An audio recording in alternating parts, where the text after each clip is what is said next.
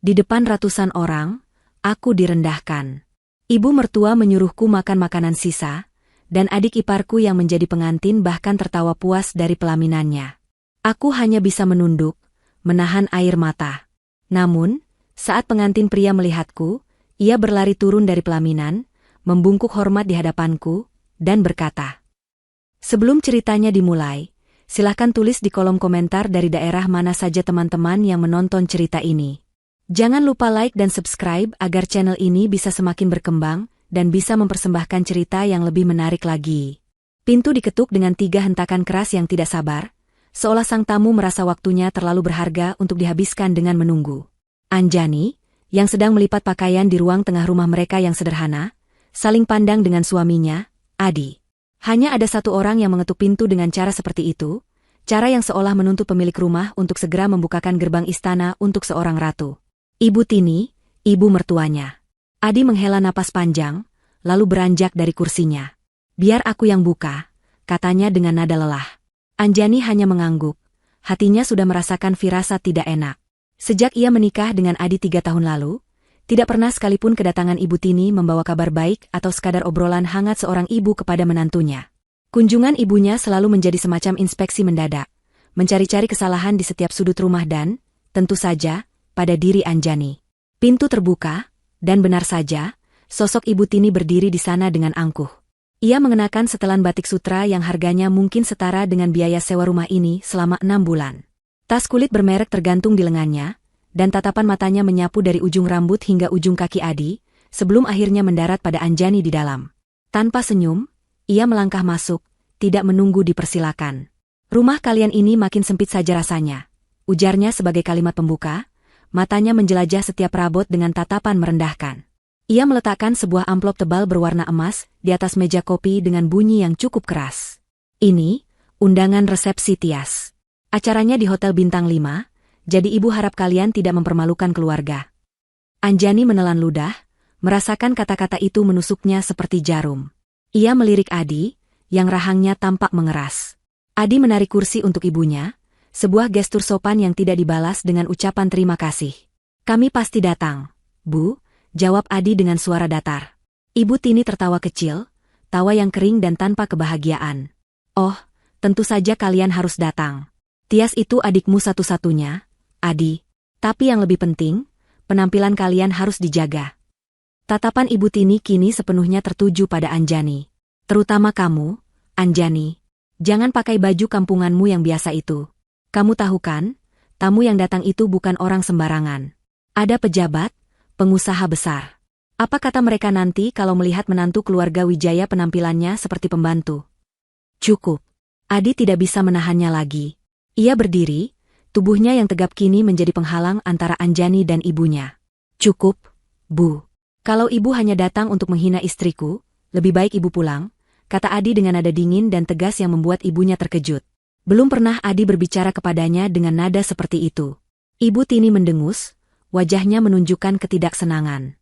"Oh, sudah berani membela istri pengangguranmu itu? Kamu sudah dicuci otaknya ya, Adi? Sejak menikah dengannya, kamu jadi lupa siapa keluargamu. Kamu lebih memilih hidup susah di kontrakan kecil ini daripada tinggal di rumah ibu yang besar." "Aku memilih hidup bahagia bersama istriku," balas Adi cepat. "Dan Anjani bukan pengangguran. Dia bekerja keras, lebih keras dari yang ibu bayangkan. Kebahagiaan tidak diukur dari besar rumah atau merek baju yang dipakai, Bu. Aku membela istriku karena dia orang yang paling berharga untukku. Kami akan datang ke acara Tias, tapi aku peringatkan sekali lagi, jangan coba-coba merendahkannya di sana." Wajah Ibu Tini memerah karena marah. Ia tidak menyangka akan mendapat perlawanan sekeras ini dari putranya sendiri. Ia berdiri dengan gerakan kasar, mengambil kembali tasnya. "Terserah kalian saja. Ibu sudah mengingatkan. Jangan salahkan ibu kalau nanti kamu dan istrimu itu menjadi bahan tertawaan di sana." Dengan kata-kata terakhir yang penuh ancaman itu, ia berbalik dan berjalan keluar, membanting pintu di belakangnya. Suasana di ruangan itu menjadi hening dan berat. Adi berbalik dan langsung memeluk Anjani yang sejak tadi hanya diam, menahan gejolak di dalam dadanya. Ia bisa merasakan tubuh istrinya sedikit gemetar. Adi mengeratkan pelukannya. "Maafkan ibu, ya, sayang. Maafkan aku." Anjani menggeleng di dalam dekapan suaminya. Kamu tidak salah, Mas. Jangan minta maaf untuk sesuatu yang tidak kamu lakukan. Ia melepaskan pelukan itu dan menatap wajah Adi yang penuh rasa bersalah. Aku tidak apa-apa. Sungguh. Aku tahu kamu tidak apa-apa. Kamu wanita terkuat yang pernah aku kenal, kata Adi sambil mengusap pipi Anjani. Tapi aku tidak tahan melihat mereka memperlakukanmu seperti itu. Seolah-olah kamu tidak punya harga diri. Padahal di mataku, kamulah yang paling berharga. Hatinya terasa sakit setiap kali mengingat tatapan dan kata-kata ibunya. Ia tahu Anjani adalah seorang konsultan lepas yang cerdas dan ulet, selalu bekerja dari laptopnya di rumah. Ia mungkin tidak tahu detailnya, tapi ia melihat sendiri bagaimana Anjani bekerja hingga larut malam. Baginya, itu sudah lebih dari cukup. Anjani tersenyum, senyuman tulus yang selalu berhasil menenangkan hati Adi. Aku tahu, Mas. Dan terima kasih sudah membelaku tadi. Itu sudah lebih dari cukup untukku. Malam itu, setelah Adi tertidur, Anjani duduk sendirian di depan laptopnya. Layar laptop itu tidak menampilkan pekerjaan seperti biasa, melainkan sebuah bagan organisasi perusahaan raksasa, Laksmi Group. Di puncak bagan itu, terpampang fotonya dengan jabatan, CEO, Founder. Anjani menghela napas. 3 tahun ia menyimpan rahasia ini.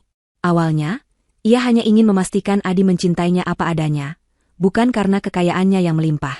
Dan Adi telah membuktikannya berkali-kali. Namun, keluarganya adalah cerita yang berbeda. Anjani memberi mereka kesempatan, berharap suatu saat mereka bisa melihatnya sebagai manusia, sebagai bagian dari keluarga, bukan sebagai benalu miskin.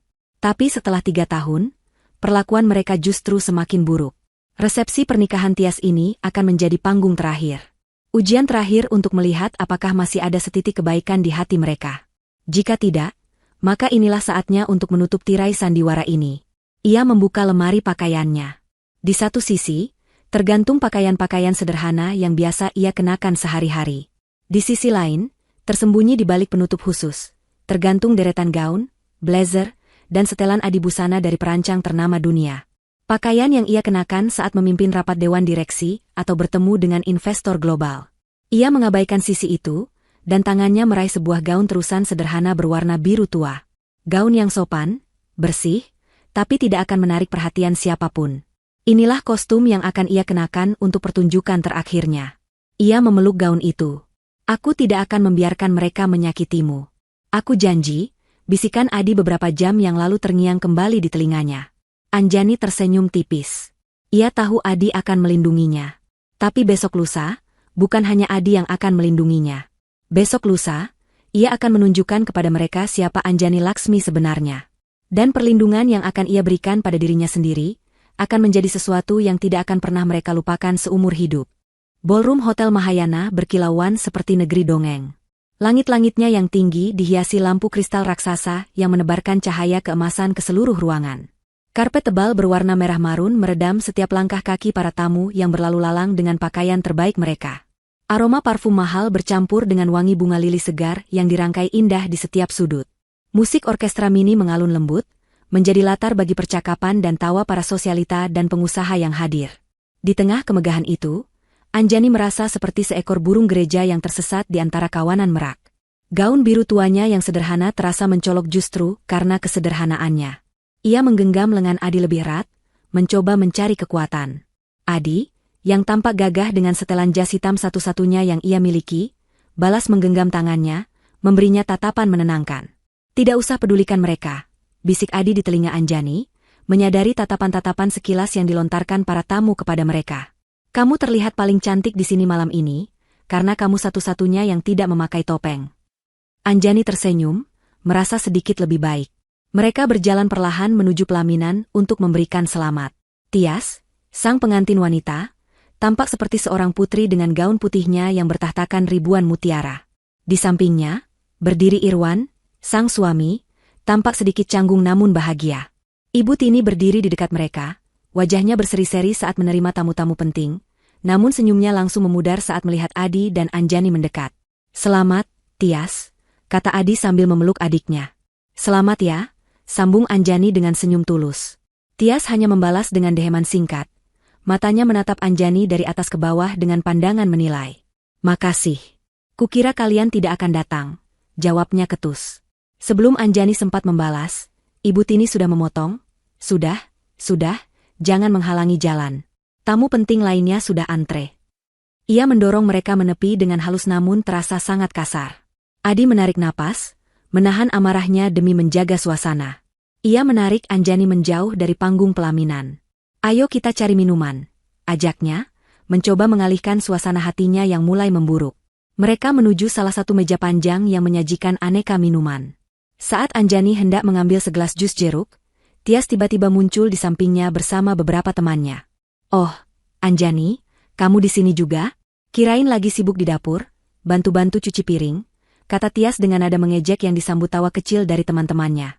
Anjani hanya diam, tidak ingin memulai pertengkaran. Ia mencoba berbalik, tetapi Tias dengan sengaja menyenggol lengannya dengan keras. Gelas jus di tangan Anjani terlepas. Isinya yang berwarna oranye terang tumpah dan membasahi bagian depan gaun biru tuanya, meninggalkan noda yang sangat mencolok. UPS. Maaf sekali. Aku benar-benar tidak sengaja. Seru Tias dengan nada pura-pura kaget yang sangat kentara. Teman-temannya tertawa lebih keras. Yah, lagi pula gaun murah seperti itu mungkin gampang dicuci, kan? Wajah Anjani memanas. Bukan karena jus yang dingin, tapi karena rasa malu dan amarah yang tiba-tiba membuncah. Ia membeku di tempat, tidak tahu harus berbuat apa, menjadi pusat perhatian di area itu. Saat itulah Adi, yang sedang berbicara dengan seorang teman lama di dekat sana, melihat kejadian itu. Ekspresinya berubah dalam sekejap. Wajah ramahnya mengeras menjadi topeng amarah yang dingin. Ia berjalan cepat menghampiri mereka, langkahnya mantap dan tanpa ragu. Tanpa berkata apa-apa, ia langsung melepaskan jas hitamnya dan menyampirkannya ke bahu Anjani, menutupi noda besar di gaunnya dengan sempurna. Tindakan cepat dan protektif itu membuat tawa teman-teman Tias berhenti seketika. Mereka menatap Adi dengan sedikit gentar. Adi tidak memedulikan mereka. Matanya tertuju lurus pada adiknya, Tias. Jaga kelakuanmu, Tias, desis Adi, suaranya rendah namun penuh penekanan yang mengancam.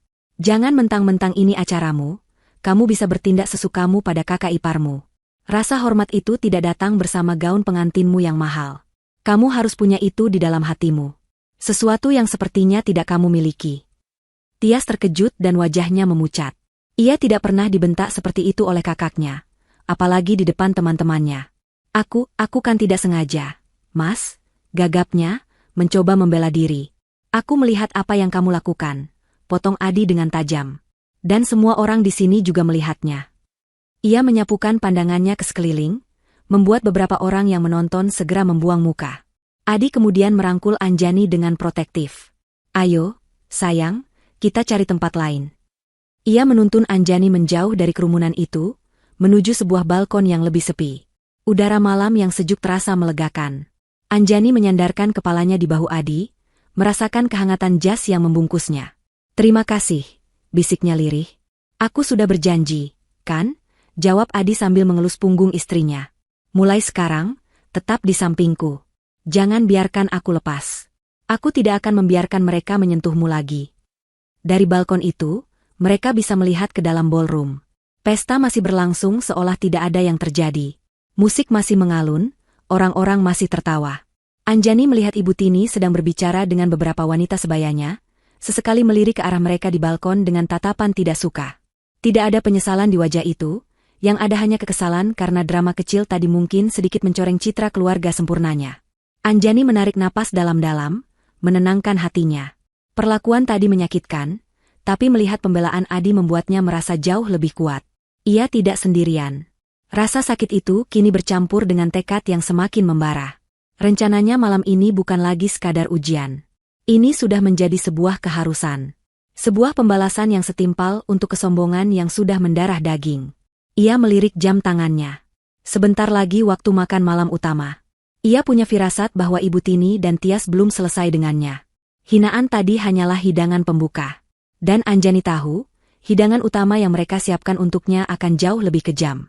Namun kali ini, ia tidak akan hanya diam menerima. Karena setelah hidangan utama dari mereka, ia yang akan menyajikan hidangan penutupnya.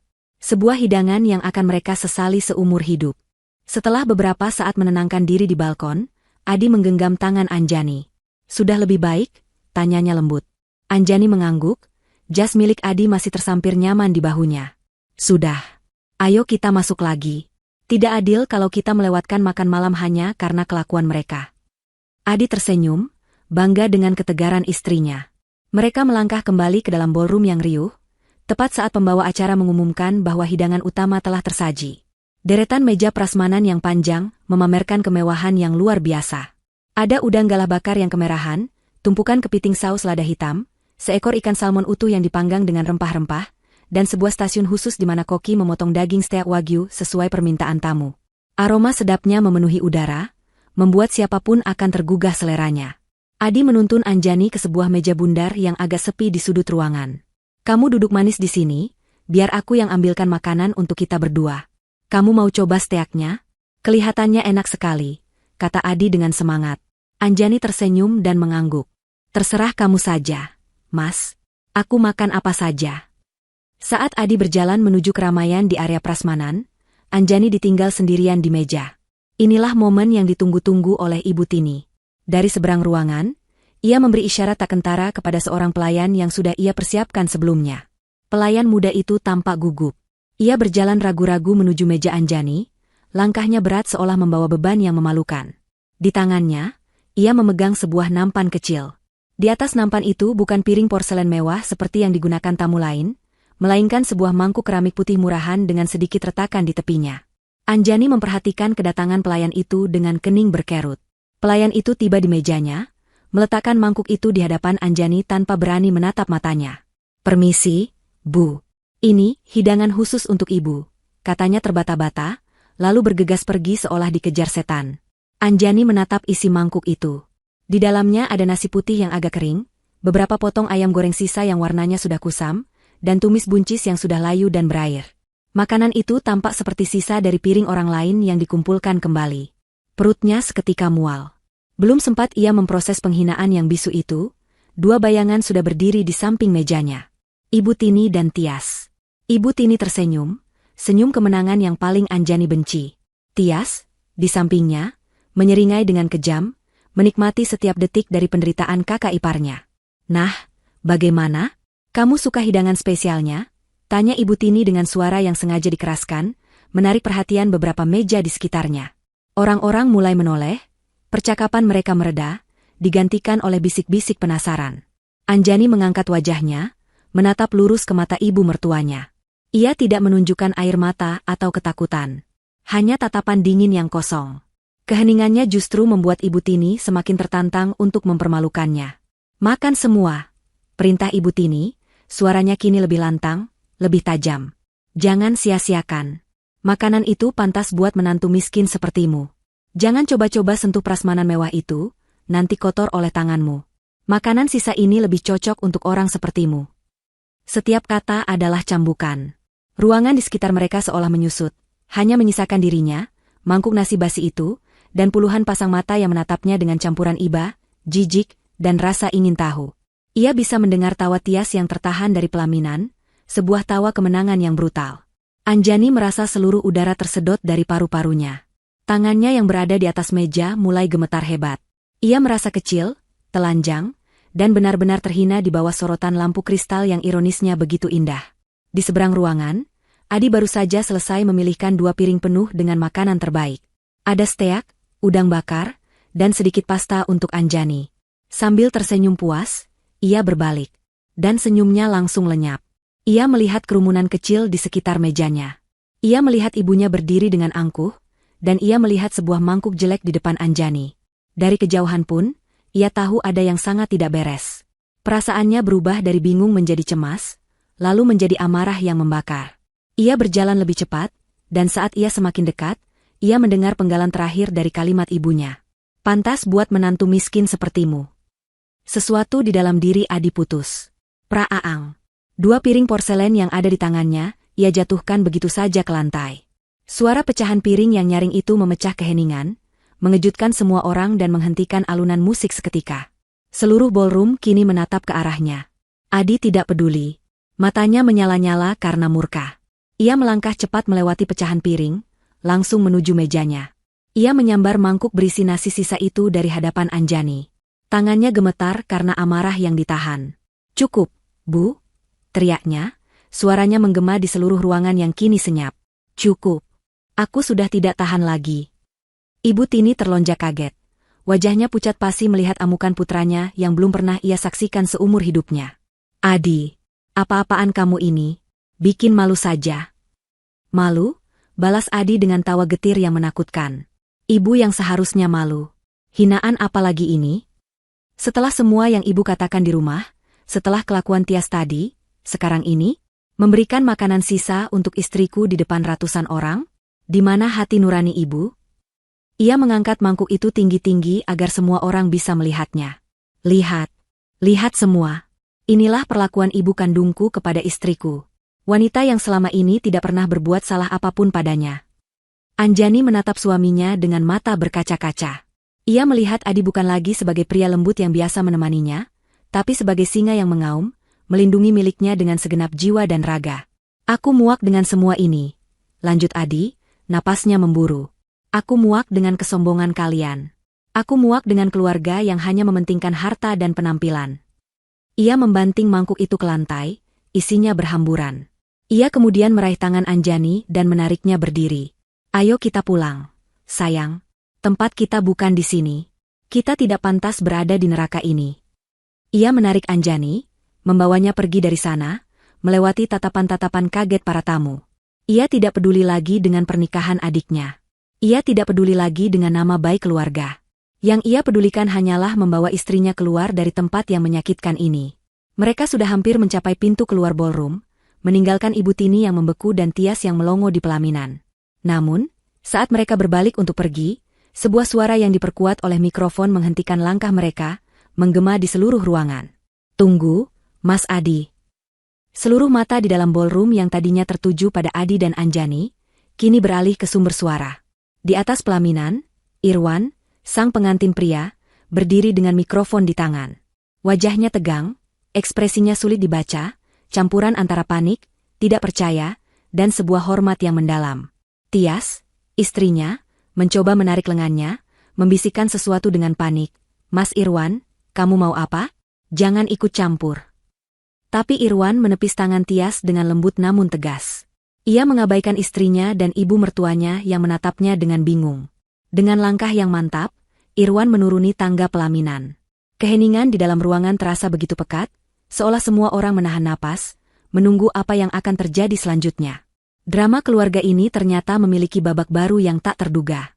Irwan berjalan lurus, melewati Ibu Tini yang masih membeku di tempatnya, menuju tepat ke arah Anjani dan Adi yang berhenti di ambang pintu. Setibanya di hadapan mereka, hal pertama yang Irwan lakukan bukanlah berbicara kepada Adi atau menenangkan mertuanya. Matanya tertuju sepenuhnya pada Anjani. Kemudian, di hadapan ratusan tamu terhormat, di hadapan keluarga besarnya, Irwan melakukan sesuatu yang membuat semua orang ternganga. Ia membungkukkan badannya dalam-dalam, sebuah gestur hormat yang biasa dilakukan seorang bawahan kepada atasan tertinggi di sebuah perusahaan. Punggungnya lurus, kepalanya tertunduk selama beberapa detik. Ketika ia menegakkan tubuhnya kembali, ia menatap Anjani dengan tatapan penuh rasa terima kasih. Maafkan saya atas nama keluarga saya, Bu.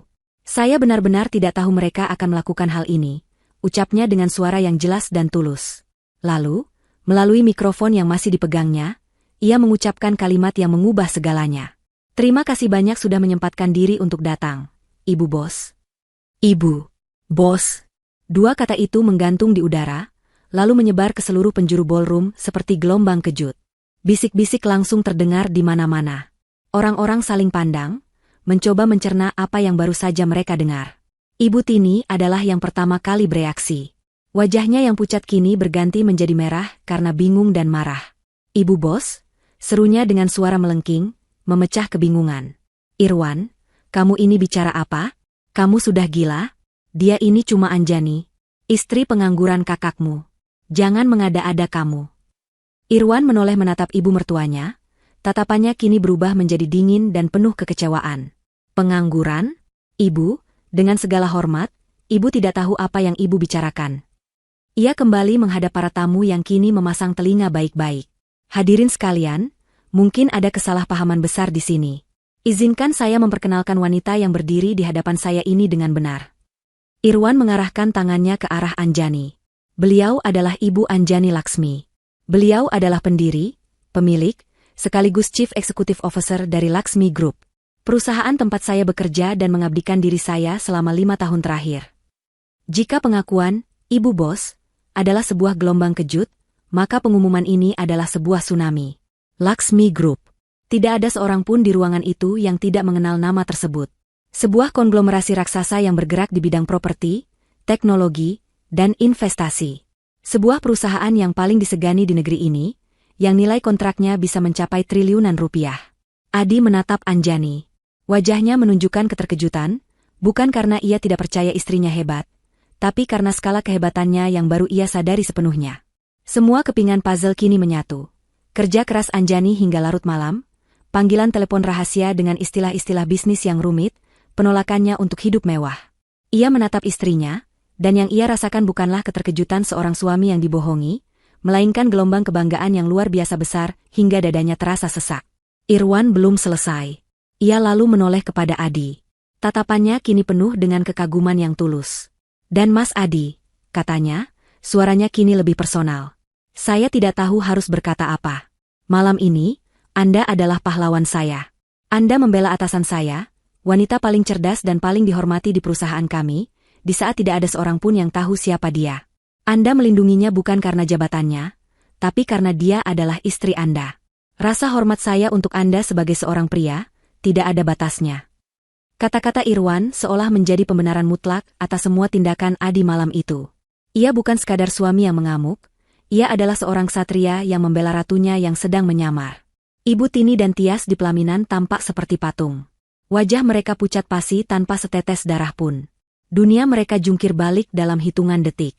Wanita yang selama 3 tahun mereka hina, mereka caci maki, mereka perlakukan lebih rendah dari pembantu, ternyata adalah sosok yang memegang kendali atas nasib banyak perusahaan besar, termasuk perusahaan yang mungkin suatu hari nanti akan mereka mintai tolong.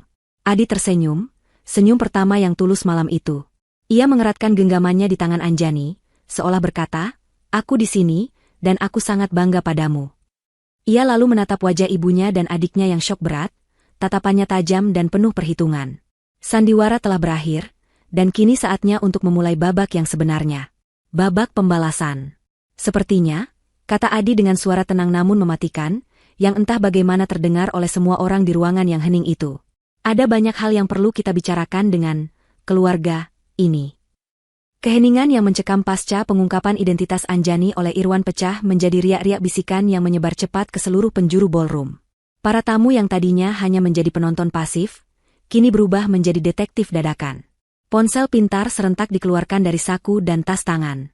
Jari-jari dengan cepat mengetik nama, Anjani Laxmi, dan Laxmi Group, di mesin pencari. Dalam hitungan detik, wajah-wajah terkejut dan tatapan tak percaya memenuhi ruangan. Mereka tidak hanya menemukan konfirmasi, mereka menemukan artikel dari majalah bisnis terkemuka, foto-foto Anjani bersama para pejabat negara, dan daftar pencapaiannya yang luar biasa panjang.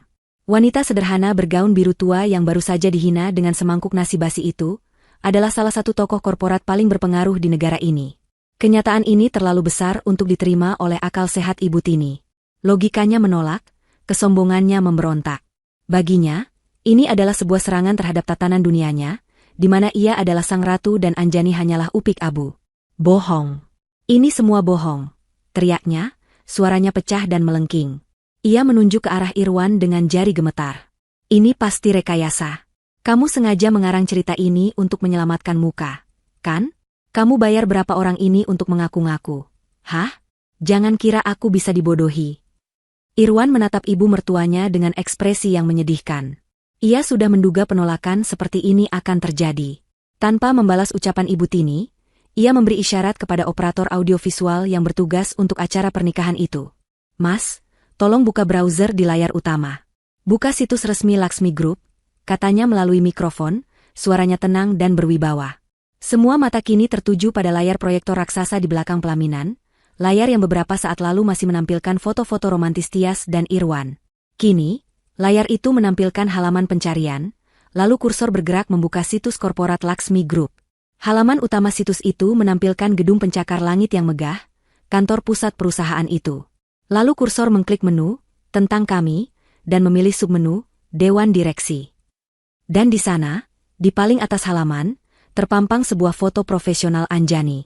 Di foto itu, ia mengenakan blazer berwarna antrasit yang elegan, rambutnya ditata rapi, dan matanya menatap lurus ke kamera dengan sorot yang tajam, cerdas, dan penuh wibawa. Di bawah foto itu tertulis namanya dengan jelas. Anjani Laxmi, Founders Chief Executive Officer. Biografi singkatnya yang menjelaskan bagaimana ia membangun perusahaan dari nol, hingga menjadi raksasa industri terpampang di bawahnya. Bukti itu begitu telak, begitu visual, begitu tak terbantahkan. Tidak ada lagi ruang untuk menyangkal. Foto Anjani yang penuh kuasa di layar raksasa itu seolah menatap rendah pada Ibu Tini dan Tias, menjadi monumen abadi bagi kebodohan mereka. Tias yang berdiri di pelaminan terhuyung ke belakang, ditangkap oleh para pengiring pengantin. Wajahnya yang dirias cantik kini luntur oleh keringat dingin. Dunia dongengnya hancur berkeping-keping. Pada saat itulah, Adi melangkah maju. Dengan tenang, ia mengambil alih mikrofon dari tangan Irwan. Ia tidak menatap layar, ia tidak perlu melihatnya. Ia menatap lurus ke arah ibunya yang berdiri gemetar, lalu menyapukan pandangannya ke seluruh tamu undangan. "Kenapa? Ibu kaget?" tanya Adi, suaranya yang tenang diperkuat oleh sistem suara, terdengar jelas di setiap sudut ruangan. Ibu syok melihat kenyataan bahwa wanita yang ibu anggap sampah ternyata adalah emas murni. Ia berhenti sejenak, membiarkan kata-katanya meresap. "Sejujurnya, aku pun terkejut malam ini. Tapi bukan terkejut karena siapa istriku sebenarnya. Aku terkejut dengan skala kesuksesannya yang ia sembunyikan dengan begitu rendah hati. Tapi aku tidak pernah terkejut dengan kualitas dirinya. Tidak sedetik pun. Sejak pertama kali aku mengenalnya, aku selalu tahu bahwa Anjani adalah wanita yang luar biasa. Cerdas, kuat, ulet, dan memiliki prinsip hidup yang lurus. Aku melihatnya bekerja tanpa lelah, aku melihatnya mengatasi masalah dengan kepala dingin, aku melihat kebaikan hatinya yang tulus kepada semua orang, tanpa memandang status mereka. Aku jatuh cinta padanya karena semua itu. Bukan karena apa yang ia miliki, tapi karena siapa dirinya. Adi kini kembali menatap ibunya dan adiknya dengan sorot mata yang menusuk. Hanya saja, Ibu dan Tias, kalian terlalu sibuk. Terlalu sibuk menilai orang dari merek tas yang mereka bawa, dari mobil yang mereka kendarai, dari besar rumah yang mereka tinggali. Kalian terlalu buta oleh kilau materi, sehingga kalian tidak bisa melihat kilau jiwa seseorang. Kalian melewatkan kesempatan untuk mengenal wanita terbaik yang pernah aku temui, hanya karena kesombongan kalian sendiri. Jadi, jangan tanya kenapa aku membelanya. Aku akan selalu membelanya. Bahkan jika dia benar-benar seorang pengangguran miskin seperti yang selalu ibu katakan, aku akan tetap berdiri di sini, melindunginya dari hinaan kalian. Karena dia istriku. Dan aku, lebih dari siapapun di dunia ini, bangga menjadi suaminya. Pidato singkat Adi yang tulus dan kuat itu seolah memberikan pukulan terakhir bagi Ibu Tini. Para tamu undangan, yang tadinya hanya berbisik-bisik, kini banyak yang menganggukkan kepala tanda setuju. Beberapa bahkan memberikan tepuk tangan pelan. Mereka tidak hanya melihat seorang CEO yang direndahkan, mereka melihat sebuah kisah cinta yang tulus dan seorang suami yang berdiri sebagai pilar kekuatan untuk istrinya. Reputasi keluarga Wijaya hancur lebur, sementara reputasi Adi dan Anjani justru terbangun kokoh di atas puing-puingnya. Anjani menatap suaminya yang berdiri gagah di sisinya, hatinya meluap oleh perasaan cinta dan syukur. Pembelaan Adi di depan semua orang ini terasa lebih berharga daripada semua kekayaan yang ia miliki. Inilah kemenangan sejatinya. Di tengah keheningan yang kembali menyelimuti, sebuah ingatan tiba-tiba melintas di benak Ibu Tini, menghantamnya seperti sambaran petir di siang bolong. Sebuah ingatan tentang proposal bisnis. Proyek terbesar dan terpenting dalam sejarah perusahaan konstruksi milik keluarganya. Proyek pembangunan kompleks apartemen mewah, Laxmi Residence. Ia ingat betul nama itu sekarang. Sebuah proyek yang nasibnya berada di ujung tanduk, menunggu satu tanda tangan persetujuan final. Tanda tangan dari CEO Laxmi Group. Tanda tangan dari Anjani. Keringat dingin mulai membanjiri pelipis Ibu Tini. Kakinya terasa lemas, seolah tulangnya berubah menjadi jeli. Proyek Laxmi Residence. Proyek itu adalah satu-satunya harapan untuk menyelamatkan perusahaan Wijaya Karya yang sedang terbelit utang besar. Selama berbulan-bulan, almarhum suaminya dan kini dirinya telah mengerahkan segala cara untuk bisa memenangkan tender itu. Mereka menggunakan koneksi, memberikan penawaran terbaik, bahkan sampai menyuap beberapa manajer tingkat menengah, semua demi mendapatkan proyek bernilai triliunan rupiah itu. Mereka diberitahu bahwa persaingan sangat ketat, dan keputusan akhir sepenuhnya berada di tangan sang CEO. Seorang wanita yang dikenal sangat teliti, misterius, dan tanpa kompromi. Dan wanita itu adalah Anjani. Wanita yang baru saja ia beri makan nasi sisa. Wanita yang ia sebut miskin dan kampungan. Ibu Tini merasa seolah tanah di bawah kakinya terbelah, dan ia akan jatuh ke dalam jurang tak berdasar. Ia tidak hanya melakukan kesalahan sosial yang fatal, ia telah melakukan bunuh diri finansial. Ia telah menghina Dewi penentu nasib keluarganya. Keputusasaan mengalahkan kesombongannya. Ia harus melakukan sesuatu. Ia harus memperbaiki ini. Dengan sisa-sisa tenaganya, ia berjalan terhuyung-huyung, bukan menuju Anjani, melainkan menuju putranya, Adi. Ia mencoba menggunakan kartu terakhir yang ia miliki, ikatan darah. Adi anakku, panggilnya dengan suara serak dan memelas, mencoba meraih lengan putranya. Wajahnya yang angkuh kini penuh dengan permohonan yang menyedihkan. Adi, tolong ibu, nak, bicara pada istrimu. Kamu harus menolong keluarga kita. Perusahaan ayahmu, masa depan kita semua, ada di tangannya. Tolong, Adi. Demi ayahmu. Adi menatap tangan ibunya yang mencoba menggapainya, lalu menatap wajah ibunya yang penuh kepura-puraan. Ia tertawa, tawa dingin tanpa humor sedikitpun. Keluarga? Tanyanya, menekankan kata itu dengan nada sarkastis. Keluarga mana yang ibu bicarakan? Keluarga yang selama 3 tahun tidak pernah menganggap istriku ada? Keluarga yang selalu mencibir di belakang kami? Keluarga yang ibunya tega memberikan makanan sisa kepada menantunya sendiri di hari pernikahan putrinya? Setiap pertanyaan Adi adalah sebuah tamparan tak terlihat bagi Ibu Tini. Keluarga tidak saling menghancurkan, Bu. Keluarga saling mendukung dan melindungi. Malam ini, Ibu dan Tias telah menunjukkan siapa kalian sebenarnya. Kalian bukan keluargaku lagi. Adi menarik lengannya dari jangkauan ibunya, lalu merangkul pinggang Anjani, menariknya lebih dekat. Keluargaku adalah Anjani. Titik. Penolakan itu begitu telak, begitu final. Tidak ada lagi celah untuk negosiasi. Ibu Tini mundur selangkah, napasnya sesak, seolah baru saja dipukul di ulu hati. Saat itulah Anjani, yang sejak tadi lebih banyak diam dan mengamati, akhirnya angkat bicara. Ia melangkah maju selangkah, tatapannya tenang namun membawa beban otoritas yang tak terbantahkan. Ia menatap lurus ke mata ibu mertuanya. Ibu Tini, panggilnya, suaranya tidak keras, namun cukup untuk membuat semua orang diam dan mendengarkan. Selama 3 tahun saya menjadi istri Adi, saya tidak pernah meminta apapun dari Anda. Saya tidak butuh uang Anda, saya tidak butuh rumah mewah Anda. Saya hanya menunggu satu hal. 1 ons kebaikan dari Anda. 1 ons rasa hormat sebagai sesama manusia. Tapi dalam 3 tahun, bahkan 1 ons itu pun tidak pernah saya dapatkan. Anjani berhenti sejenak. Tatapannya menyapu Tias yang menangis terseduh-seduh di pelaminan, lalu kembali ke Ibu Tini. Anda benar, nasib perusahaan Anda ada di tangan saya. Tapi izinkan saya memberi Anda pelajaran bisnis pertama dari saya, secara gratis. Bisnis dibangun di atas 2 pilar utama, kepercayaan dan rasa hormat. Malam ini, Anda telah menunjukkan kepada saya dan kepada semua orang di sini, bahwa Anda tidak memiliki keduanya. Bagaimana saya bisa mempercayakan proyek triliunan rupiah kepada orang yang bahkan tidak bisa menghormati anggota keluarganya sendiri? Pertanyaan retoris itu menggema di dalam keheningan, menghancurkan sisa harapan terakhir Ibu Tini. Para tamu undangan, terutama yang berasal dari kalangan bisnis, mengangguk-angguk paham. Mereka tahu persis apa maksud Anjani. Di dunia korporat, karakter adalah segalanya. Dan karakter Ibu Tini serta keluarganya telah telanjang bulat dipertontonkan malam ini. Beberapa kolega bisnis yang tadinya akrab dengan Ibu Tini kini mulai menghindari tatapannya, perlahan-lahan menjaga jarak, seolah takut tertular racun dari keluarga Wijaya. Isolasi sosial itu terjadi begitu cepat dan brutal. Anjani menatap Adi, dan suaminya itu mengerti. Panggung mereka di sini sudah selesai. Tidak ada lagi yang perlu dikatakan atau dibuktikan. Adi mengangguk. Ia menggenggam tangan Anjani dengan erat. Tempat kita bukan di sini, kata Adi. Kali ini bukan sebagai pelarian, tetapi sebagai sebuah pernyataan. Mereka bukan lagi korban yang lari dari penghinaan, melainkan pemenang yang meninggalkan medan perang yang telah mereka taklukkan. Dengan kepala tegak, berdua, bergandengan tangan, mereka berbalik. Melangkah dengan mantap menuju pintu keluar, meninggalkan Ibu Tini yang jatuh terduduk di lantai dengan tatapan kosong. Tias yang meratapi pernikahannya yang hancur, dan ratusan pasang mata yang menatap mereka dengan campuran rasa kagum, hormat, dan sedikit rasa takut. Mereka berjalan sebagai 2 orang yang melawan satu dunia, dan malam itu, mereka menang. Kepergian Adi dan Anjani dari ballroom, meninggalkan lubang besar yang langsung diisi oleh kekacauan. Para tamu tidak lagi berusaha menyembunyikan keterkejutan mereka.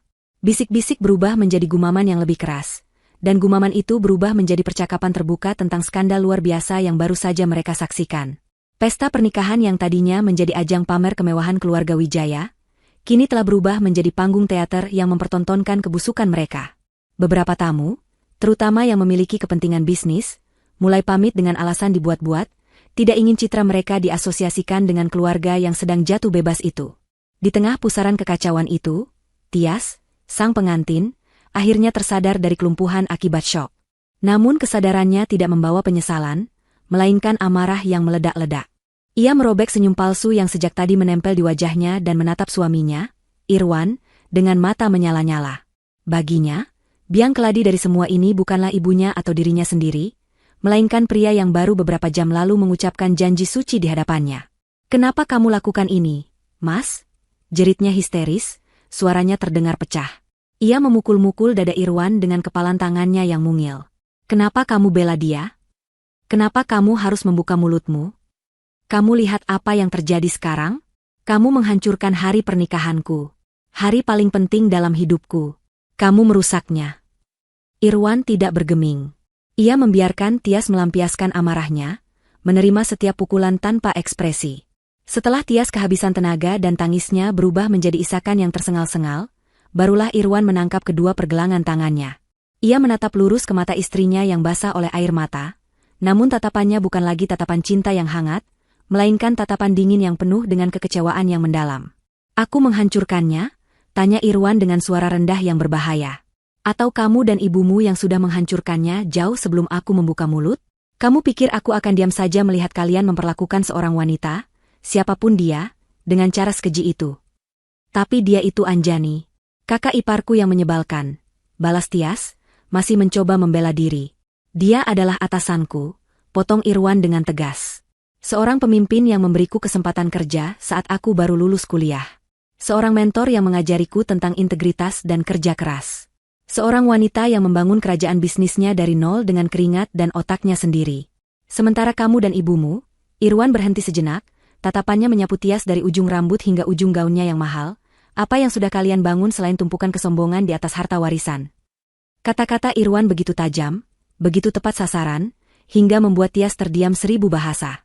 "Aku menikahi kamu, Tias," lanjut Irwan, suaranya kini sedikit melunak, namun syarat dengan kesedihan.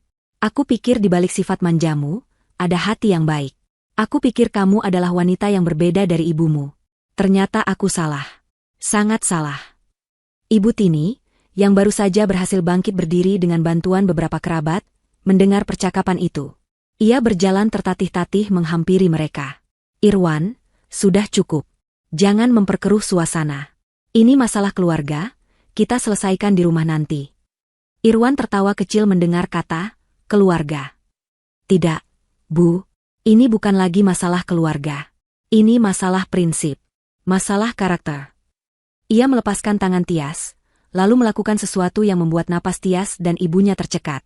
Dengan gerakan perlahan dan disengaja, Irwan melepas cincin kawin emas putih yang melingkar di jari manisnya. Cincin yang baru saja ia pasangkan beberapa jam yang lalu. Ia menatap Tias lekat-lekat. "Aku tidak bisa membangun rumah tangga di atas pondasi yang busuk. Aku tidak bisa hidup dengan seorang istri yang hatinya penuh dengan kebencian dan kekejaman. Tapi aku akan memberimu satu kesempatan terakhir." Ia meletakkan cincin itu di atas meja terdekat yang terjangkau oleh mereka. Benda kecil itu berkilau di bawah cahaya lampu, menjadi simbol dari nasib pernikahan mereka. "Buktikan padaku bahwa aku salah menilaimu," kata Irwan, suaranya kembali tegas dan tak terbantahkan. "Buktikan bahwa masih ada kebaikan di dalam dirimu. Cari Anjani dan Mas Adi sekarang. Minta maaflah kepada mereka. Bukan maaf karena takut miskin atau karena ingin menyelamatkan proyek. Tapi maaf yang tulus dari dalam hatimu, karena kamu sadar telah menyakiti perasaan orang lain. Lakukan itu di hadapanku. Jika kamu bisa melakukannya," lanjut Irwan, "aku akan memasang kembali cincin ini di jarimu, dan kita akan mencoba memperbaiki semuanya dari awal. Tapi jika kamu menolak, atau jika maafmu hanya sebuah sandiwara." Ia menunjuk ke arah cincin itu. "Maka anggap saja pernikahan ini tidak pernah terjadi. Aku akan mengurus pembatalannya besok pagi. Pilih sekarang." Ultimatum itu begitu absolut, begitu final. Tidak ada ruang untuk negosiasi. Ibu Tini panik. "Tias, turuti saja apa katanya. Cepat minta maaf. Apa susahnya sih? Cuma minta maaf. Desaknya, motivasinya jelas hanya untuk menyelamatkan kondisi finansial keluarga. Namun Tias hanya menatap cincin itu, lalu menatap Irwan, lalu kembali ke cincin itu. Di satu sisi ada egonya, harga dirinya yang sudah terlanjur tinggi, dan rasa malunya untuk mengakui kesalahan. Di sisi lain, ada masa depannya, suaminya, dan semua kemewahan yang ia impikan. Seluruh hidupnya dipertaruhkan dalam satu keputusan. Wajahnya yang basah oleh air mata kini, menunjukkan kebingungan dan pergulatan batin yang hebat. Seluruh tamu yang tersisa di ballroom itu menatapnya, menunggu. Pesta pernikahannya yang megah telah resmi berubah menjadi pengadilan publik atas karakternya. Di bawah tekanan yang luar biasa dari ultimatum Irwan dan desakan ibunya, Tias akhirnya membuat keputusan. Dengan isakan yang dibuat-buat, ia mengangguk lemah. Baik-baik, aku akan minta maaf. Lirihnya, ia tidak menatap mata Irwan saat mengatakannya, tatapannya kosong menatap lantai. Bagi Irwan, itu adalah pertanda pertama bahwa ini bukanlah sebuah ketulusan, melainkan sebuah keterpaksaan. Namun, ia tetap diam, memberikan kesempatan seperti yang telah ia janjikan. Ibu Tini segera memapah putrinya. Ayo, nak, kita temui mereka. Irwan, kamu ikut kami. Biar kamu lihat sendiri kami benar-benar minta maaf, katanya, mencoba mengendalikan situasi. Bertiga, mereka berjalan tergesa-gesa keluar dari ballroom, menjadi tontonan terakhir bagi para tamu yang tersisa. Mereka menemukan Adi dan Anjani di lobi hotel yang luas dan sepi. Adi sedang berbicara di telepon, sepertinya mengatur transportasi, sementara Anjani berdiri menatap keluar jendela besar, mengamati lampu kota yang berkelip.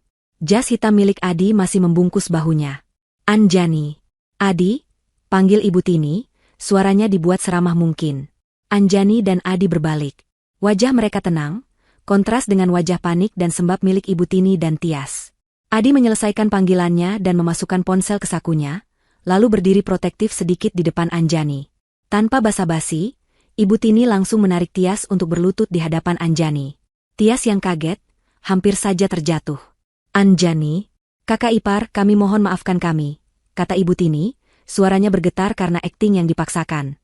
Ia ikut menunduk, mencoba memeras air mata. Kami salah, kami hilaf. Kami mohon, jangan hancurkan keluarga kami. Maafkan Tias, maafkan Ibu. Tias, yang kini berlutut di lantai marmer yang dingin, ikut menimpali dengan suara sengau. Iya, Kak Anjani, aku minta maaf. Aku benar-benar menyesal. Aku janji tidak akan mengulanginya lagi. Tolong maafkan aku. Permohonan maaf itu terdengar begitu menyedihkan.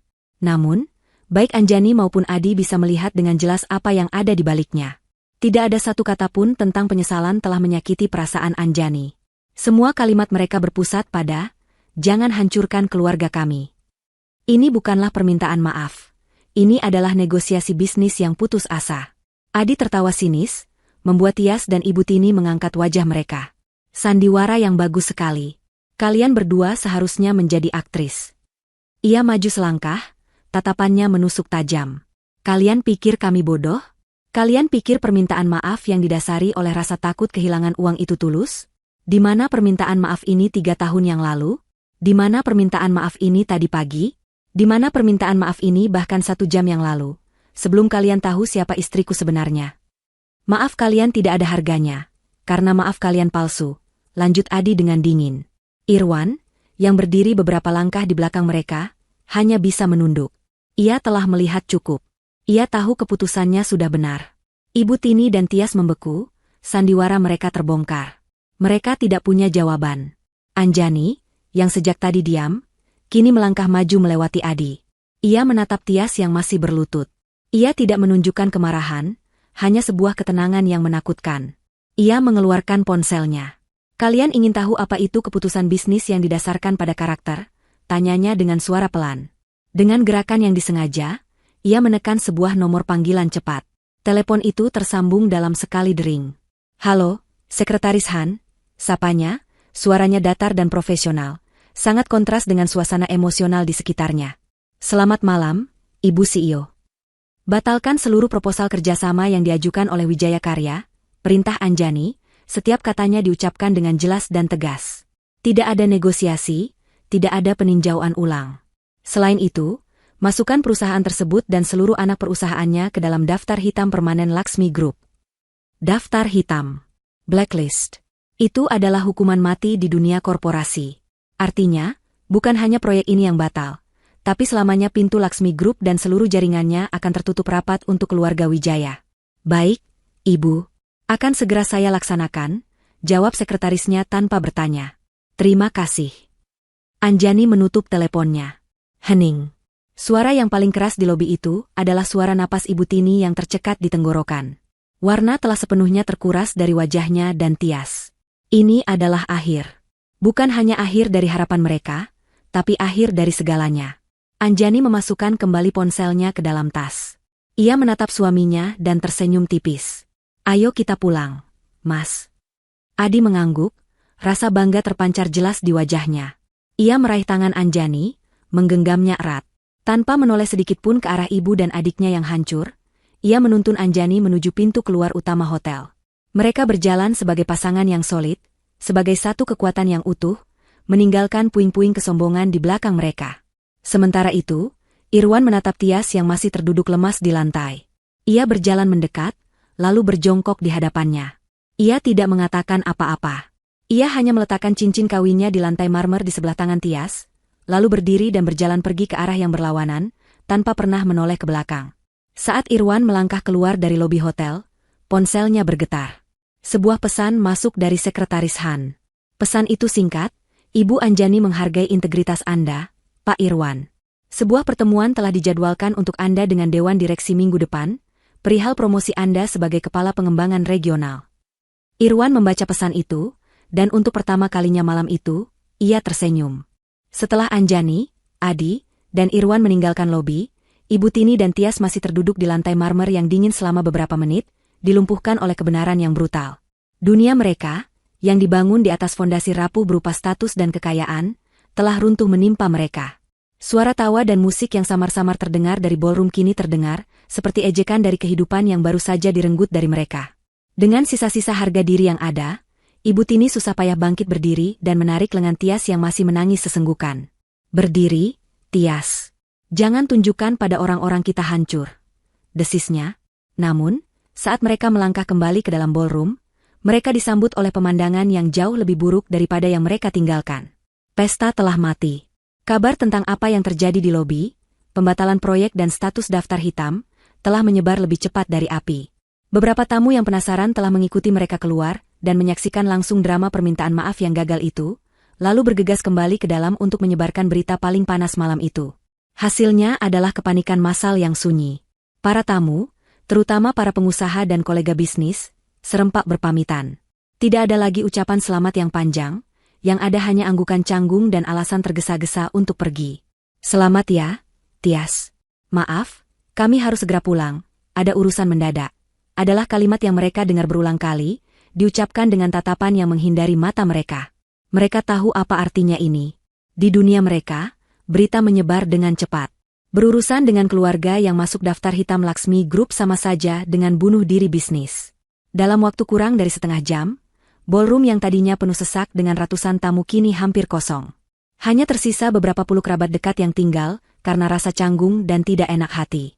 Kursi-kursi kosong, piring-piring berisi makanan mewah yang tak tersentuh, dan gelas-gelas anggur yang masih penuh menjadi saksi bisu dari bencana sosial itu. Orkestra sudah berhenti bermain, para musisinya mengemasi instrumen mereka dengan bingung. Suasana yang tadinya meriah kini terasa ganjil, sunyi, dan menyedihkan. Di tengah kehancuran itu, datanglah gelombang serangan berikutnya. Seorang pria berjas rapi yang merupakan manajer hotel, diikuti oleh wanita parubaya yang merupakan kepala wedding organizer, menghampiri Ibu Tini.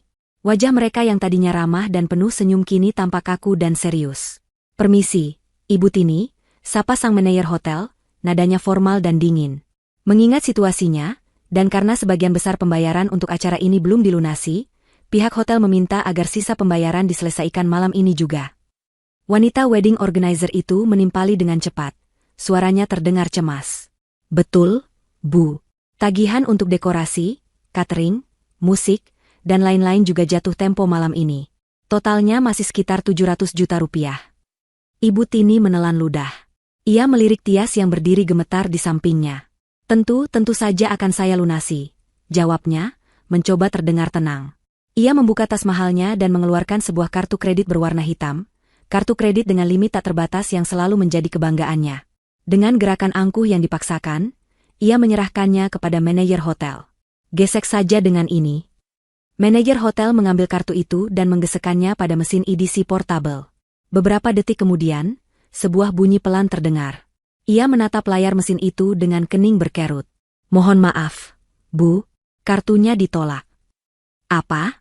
Tidak mungkin. Coba lagi," serga Ibu Tini, suaranya sedikit meninggi. Manajer itu mencoba sekali lagi.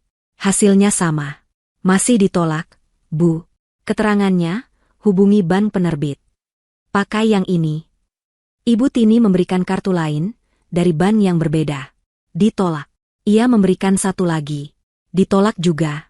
Kepanikan mulai menjalari wajahnya. Ia tidak tahu bahwa berita tentang daftar hitam dari Laksmi Group telah membuat bank-bank mitranya membekukan sementara aset dan kredit keluarga Wijaya untuk mengkaji ulang risiko. Dalam sekejap, semua akses finansialnya terputus. Melihat kegagalan itu, para vendor yang tadinya hanya menonton dari jauh kini mulai mendekat, membentuk lingkaran kecil di sekitar Ibu Tini. Wajah mereka tidak lagi ramah, melainkan penuh tuntutan. "Jadi bagaimana ini, Bu?" tanya si pemilik dekorasi. "Bunga-bunga impor saya belum dibayar." Tias, yang sejak tadi hanya diam, akhirnya tidak kuat lagi. Semua ini terlalu berat untuknya.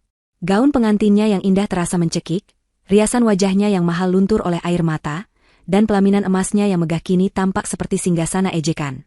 Ia menatap ibunya yang dikelilingi oleh para penagih utang, lalu menatap ruangan yang kosong, dan menyadari bahwa pengantin prianya telah pergi untuk selamanya. Ia jatuh terduduk di anak tangga pelaminan, menangis sejadi-jadinya, meraungkan semua impiannya yang hancur berkeping-keping. Pemandangan itu adalah puncak dari karma. Seorang putri manja yang terbiasa mendapatkan segalanya, kini duduk sendirian di reruntuhan pesta impiannya, menangisi nasib yang ia ciptakan sendiri. Manajer hotel, yang sudah kehilangan kesabarannya, memberikan pukulan terakhir. "Ibu Tini, jika pembayaran tidak bisa diselesaikan malam ini, dengan sangat menyesal kami harus menempuh jalur hukum.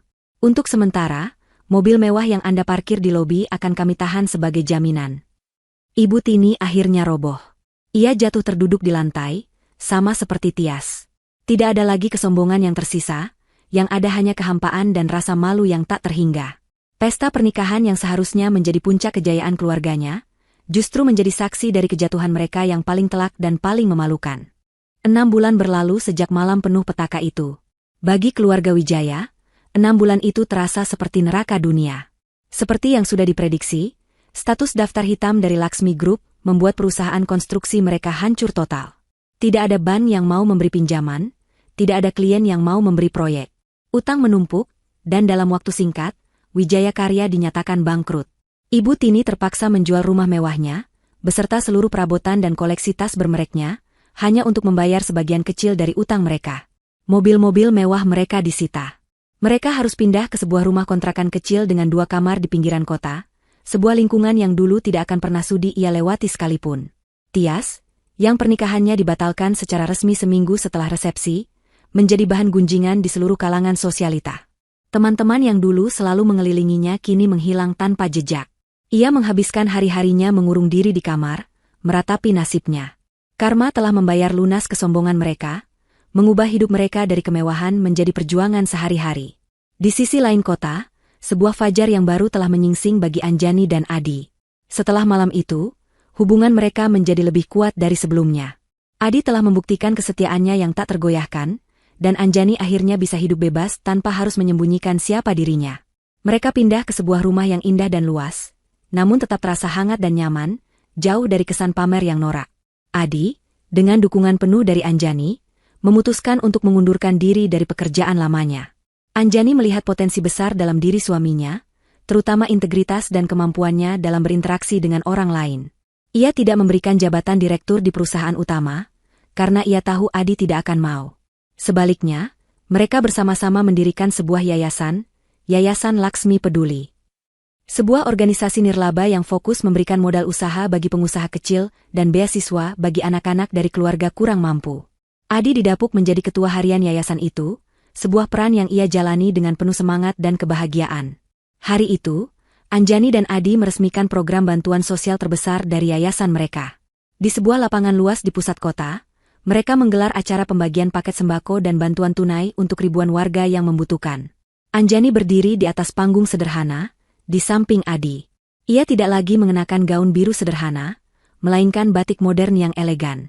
Ia tampak berwibawa, namun senyumnya begitu tulus dan ramah.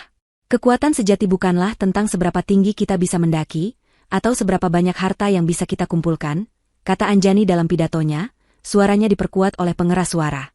Kekuatan sejati adalah tentang seberapa banyak tangan yang bisa kita gandeng untuk bangkit bersama. Kekayaan yang sesungguhnya adalah ketika kita bisa memberi tanpa mengharapkan balasan. Para hadirin bertepuk tangan dengan meriah. Anjani menoleh ke arah Adi, dan mereka saling berbagi senyum penuh cinta. Mereka telah menemukan kebahagiaan mereka, kebahagiaan yang dibangun di atas ketulusan dan kebaikan. Sementara itu, di barisan antrean yang panjang dan padat di bawah terik matahari, dua orang wanita berdiri dengan wajah lesu dan pakaian kusam. Mereka menutupi wajah mereka dengan selendang tipis, mencoba bersembunyi dari rasa malu. Mereka adalah Ibu Tini dan Tias. Kehidupan telah memaksa mereka untuk menyingkirkan harga diri dan ikut mengantre demi mendapatkan bantuan untuk menyambung hidup. Antrean bergerak maju perlahan. Saat mereka semakin dekat ke panggung utama, mereka bisa melihat spanduk raksasa yang terpasang sebagai latar belakang. Spanduk itu bertuliskan nama acara dan sponsor utamanya. Mata Ibu Tini dan Tias terpaku pada spanduk itu. Di sana, di samping logo besar, Yayasan Laksmi Peduli, terpampang foto close-up seorang wanita yang tersenyum hangat dan penuh percaya diri. Foto Anjani. Di saat itulah, karma memberikan tamparan terakhirnya. Mereka, yang dulu dengan angkuh memberikan semangkuk nasi sisa kepada Anjani, kini berdiri di sini, mengantre dengan sabar, berharap mendapatkan sekantong beras dan beberapa liter minyak goreng dari belas kasihan wanita yang sama. Mereka hidup dari kemurahan hati orang yang pernah mereka hina sehina-hinanya. Tidak ada hukuman yang lebih telak dan lebih puitis dari itu. Mereka terjebak dalam ironi nasib yang mereka ciptakan sendiri, sebuah pelajaran abadi tentang kesombongan dan kerendahan hati. 5 tahun adalah sebuah pengukur yang adil bagi waktu, cukup untuk memisahkan gandum dari sekam, dan menunjukkan buah sejati dari setiap pilihan yang telah dibuat. Gema dari malam pernikahan yang hancur itu telah lama memudar, namun konsekuensinya telah mengakar kuat, mengubah peta kehidupan setiap orang yang pernah berdiri di dalam ballroom mewah itu. Di sebuah rumah kontrakan yang pengap di bagian kota yang terlupakan, waktu terasa seperti beban. Hari-hari Ibu Tini dan Tias dijalani dalam nuansa kelabu yang sama. Ibu Tini, yang dulu kulitnya terawat dan jemarinya lentik, kini memiliki tangan yang kasar karena bekerja. Ia telah mencoba berbagai cara untuk bertahan hidup, dari menjual kue hingga menerima jahitan. Setiap rupiah yang ia peroleh, menjadi pengingat pahit akan triliunan yang pernah berada dalam jangkauannya. Kepahitan itu tidak pernah benar-benar hilang. Ia tidak pernah belajar untuk tulus menyesal. Ia hanya menyesali kekalahannya. Ia melihat dunia sebagai tempat yang tidak adil, dan Anjani adalah simbol dari ketidakadilan itu. Ia hidup dalam penjara kebencian yang ia bangun sendiri. Tias, di sisi lain, menempuh jalan yang berbeda. 5 tahun bekerja sebagai karyawan rendahan telah mengikis habis lapis demi lapis kesombongannya. Ia telah merasakan dipecat, diremehkan oleh atasan, dan diabaikan oleh rekan kerja. Pengalaman-pengalaman itu, meskipun menyakitkan, perlahan memaksanya untuk bercermin. Ia melihat monster keegoisan dalam dirinya di masa lalu. Penyesalannya begitu dalam hingga terasa seperti luka fisik yang tak kunjung sembuh. Ia tidak berani mencoba menghubungi Adi, kakaknya. Rasa malu terlalu besar untuk ia tanggung. Ia hanya bisa menjalani hidupnya hari demi hari, membawa beban masa lalunya sebagai pengingat abadi untuk menjadi orang yang lebih baik. Hubungannya dengan ibunya semakin renggang. Mereka adalah 2 orang asing yang terpaksa berbagi ruang sempit, masing-masing tenggelam dalam penyesalannya sendiri. Jauh dari kesuraman itu, di puncak salah satu gedung pencakar langit Laksmi Group, Irwan mempresentasikan sebuah strategi ekspansi bisnis yang brilian. Posisinya sebagai Vice President Operasional menjadikannya salah satu eksekutif paling dihormati di perusahaan. Integritas yang ia tunjukkan 5 tahun lalu menjadi fondasi karirnya yang meroket. Anjani melihat kualitas itu dan memberinya tanggung jawab besar, yang ia emban dengan sempurna. Hidup juga memberinya kebahagiaan personal. Ia telah menikah dengan Rina, seorang wanita yang tulus dan cerdas, dan kini mereka memiliki seorang putra kecil. Ia telah menemukan segalanya yang pernah ia impikan dalam sebuah pernikahan. Kemitraan, rasa hormat, dan cinta yang tulus. Ia mendapatkan hadiahnya karena memilih jalan yang benar pada saat yang paling menentukan. Sementara itu, Anjani dan Adi telah mendefinisikan ulang arti dari sebuah pasangan berkuasa. Setelah malam pernikahan itu, Anjani melakukan perombakan besar dalam filosofi Laksmi Group. Ia percaya bahwa kekuatan korporasi sebesar miliknya membawa tanggung jawab yang sepadan. Maka, ia membentuk sebuah divisi baru yang revolusioner, Divisi Investasi Sosial Laksmi. Divisi ini tidak bekerja seperti program CSR biasa yang hanya memberikan donasi sesaat. Misinya adalah menggunakan kekuatan, teknologi, dan sumber daya perusahaan untuk menciptakan perubahan sosial yang berkelanjutan dan menguntungkan bagi komunitas. Dan untuk memimpin divisi raksasa dengan anggaran tak terbatas ini, ia hanya mempercayai satu orang, suaminya, Adi.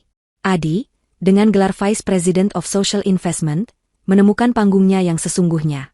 Ia bukan lagi bayang-bayang istrinya, melainkan kekuatan pendorong di balik wajah baru Laksmi Group yang lebih manusiawi.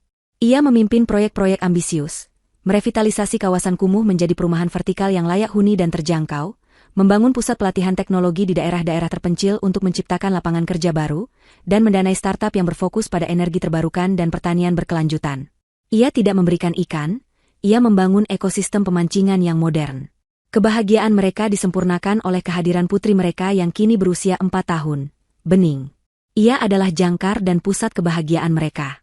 Suatu akhir pekan, mereka bertiga mengunjungi salah satu proyek percontohan kebanggaan Adi. Sebuah desa nelayan di pesisir utara yang dulunya termasuk salah satu yang termiskin, kini telah bertransformasi. Divisi yang dipimpin Adi tidak hanya memperbaiki dermaga mereka, tetapi juga membangun fasilitas pengolahan ikan modern bertenaga surya dan meluncurkan aplikasi digital yang menghubungkan para nelayan langsung dengan pasar ekspor, memotong rantai tengkulak yang selama ini mencekik mereka. Saat mereka berjalan di sepanjang dermaga yang baru, para nelayan menyapa Adi dengan hangat dan penuh hormat. Mereka tidak melihatnya sebagai atasan, melainkan sebagai mitra yang telah mengangkat harkat hidup mereka. Anjani mengamati suaminya dari kejauhan, hatinya meluap karena bangga. Adi sedang menjelaskan cara kerja sistem lelang digital di ponselnya kepada sekelompok nelayan tua, dan ia tampak begitu hidup, begitu bersemangat. Anjani kemudian mengajak Bening untuk duduk di tepi pantai, memperhatikan perahu-perahu nelayan yang kini dilengkapi dengan teknologi pelacak ikan bantuan dari Laksmi Group. Seorang wanita parubaya, istri salah seorang nelayan, menghampiri mereka sambil membawa 2 buah kelapa muda. "Silakan diminum, Bu Anjani. Ini hasil dari kebun kami sendiri," katanya sambil tersenyum ramah. "Terima kasih banyak, Bu. Dulu, suami saya seringkali tidak membawa pulang uang sepeser pun. Sekarang, berkat program dari perusahaan Ibu dan Bapak Adi, kami bahkan sudah bisa menabung untuk sekolah anak kami di kota." Anjani menerima kelapa itu dengan senyum tulus. "Sama-sama, Bu. Kami hanya membuka jalan, bapak-bapak disinilah yang bekerja keras." Saat itulah, dari ujung pantai, Anjani melihat 2 sosok berjalan membungkuk, membawa karung besar. Mereka adalah pemulung, menyisir pantai untuk mencari botol plastik atau sampah lain yang bisa dijual. Dari kejauhan, Anjani melihat siluet yang familiar.